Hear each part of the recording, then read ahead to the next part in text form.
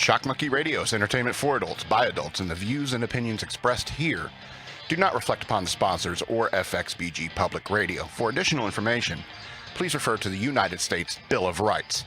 Stand warned. And so I say I watch free movies, and so I watched a really good free movie called Delivery Man. And I'll be honest with you, I was a little skeptical because it's basically just Vince Vaughn on the cover and a bunch of nobody actors. And you're like, how's this going to be? You know, Vince Vaughn, let me see, how can I put this? When he starts talking too fast or too much, that's when he becomes annoying to me. And it's weird. Usually I do like him in his roles, but sometimes if his role involves him talking too fast or talking too much, that really starts to grind on my gears, you know what I'm saying? Anyway, but I watched this movie. I was skeptical. So it was listed under comedy, so I was like, if this movie makes me laugh in the first, like, I don't know, 15 minutes, like one good laugh, first 15 minutes, I'll watch the whole thing. And there was a scene, and I'm going to tell you it, where Vince Vaughn is going to, he's a meat delivery driver in like New York or something like that, and he's kind of an underachiever, and he's $80,000 in debt, and so he's going to get his loans. Trying to go different loan officers trying to get a loan. And there's this one, and he's just going to different loan officer getting rejected. You know, one of those kinds of scenes. And so it comes this one loan officer, and he goes, and so for reasons that I just described, that's why we will not be granting you this loan. And Vince Vaughn smiles and says, certainly, I understand.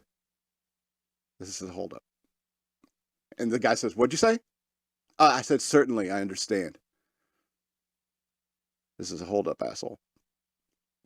Now I know he did say something just there, and he's like, no. And that was the belly laugh that got me. I said, well, I guess I'm watching this whole movie, you know. This is a holdup, asshole. Under his breath, like I'm that desperate, but I'm not desperate enough to actually like go through with this. So I was like, okay, you got me. And then not too long after that, he goes and sees his friend who is chonky Chris Pratt. And Chris Pratt has 4 kids, and Vince Vaughn's dealing with this thing with his girlfriend or whatever, like she's pregnant. So he's like, maybe I could be a dad and stuff like that. And Chris Pratt has 4 kids, and they're a nightmare, right? And he's sitting there telling him, no, don't have kids. No, don't do this. Don't. And his kids like completely ignore him. He's yelling at him and stuff like that. They ignore him. And then his daughter comes up, and it's the funniest scene that I start laughing again at. His daughter comes up, hello, daddy. It starts just smacking his face like this. Just like that. Hello, daddy. Hello, daddy. He's like, please stop. Please stop. Hello, daddy. Please stop. And that had me laughing too. So I was like, oh, good. Chris Pratt is in this too. Chris Pratt plays Vince Vaughn's lawyer. Now, the premise behind this movie is Vince Vaughn's character, something Dave Wozniak, I think his name is, in the movie. And so he gets approached by this lawyer who works for this fertility clinic that he went to back in the day and visited something like 600 times to donate his male seed, you know?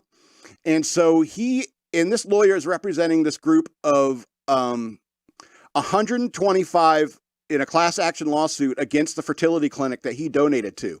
And the fertility clinic used his sperm with such a high quality that the doctors just went to it all the time.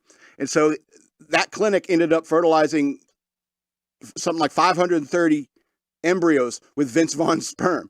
And 125 of them hired this lawyer to come and try to find out who their dad is, who is Vince Vaughn. And so along with this information about this lawsuit and stuff like that, he is a package of 125 of these kids that wanted to give their information to their father to make him consider revealing himself to them, because he used a fake name.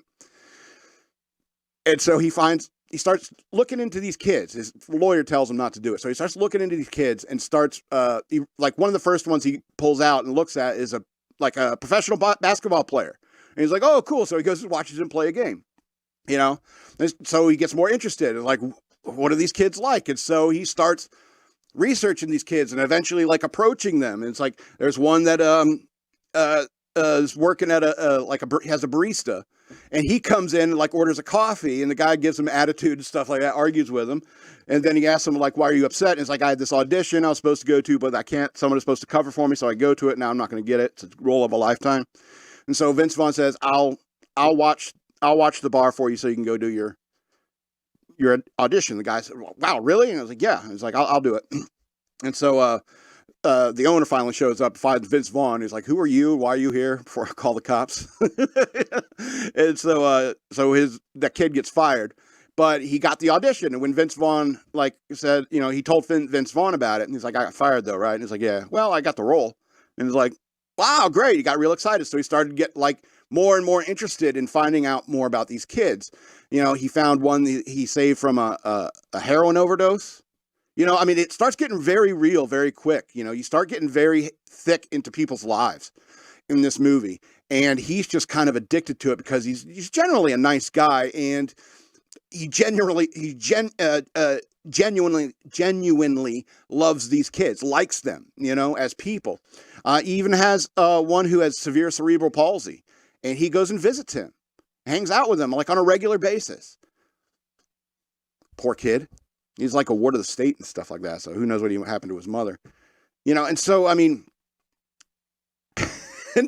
this group of kids who all don't know who their dad are, they have these conventions and stuff like that. And he starts hanging around them.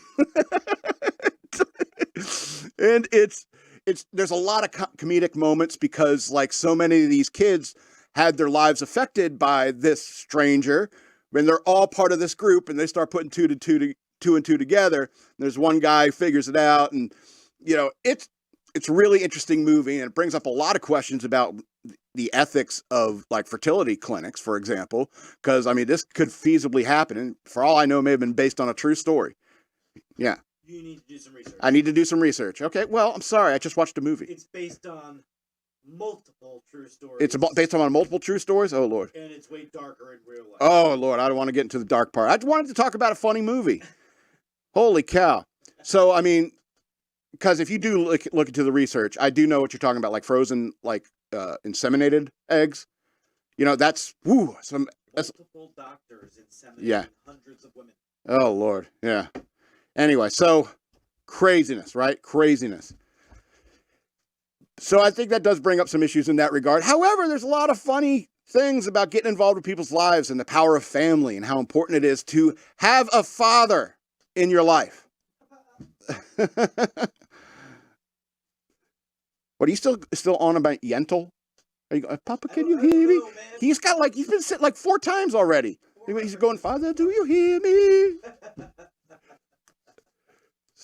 What, you having like a Freudian, what's going on in you, man? Anyway, Vince Vaughn in Delivery Man. I mean, it's a pretty dang good comedy. 10 of 13 stars. This is a hold up, asshole.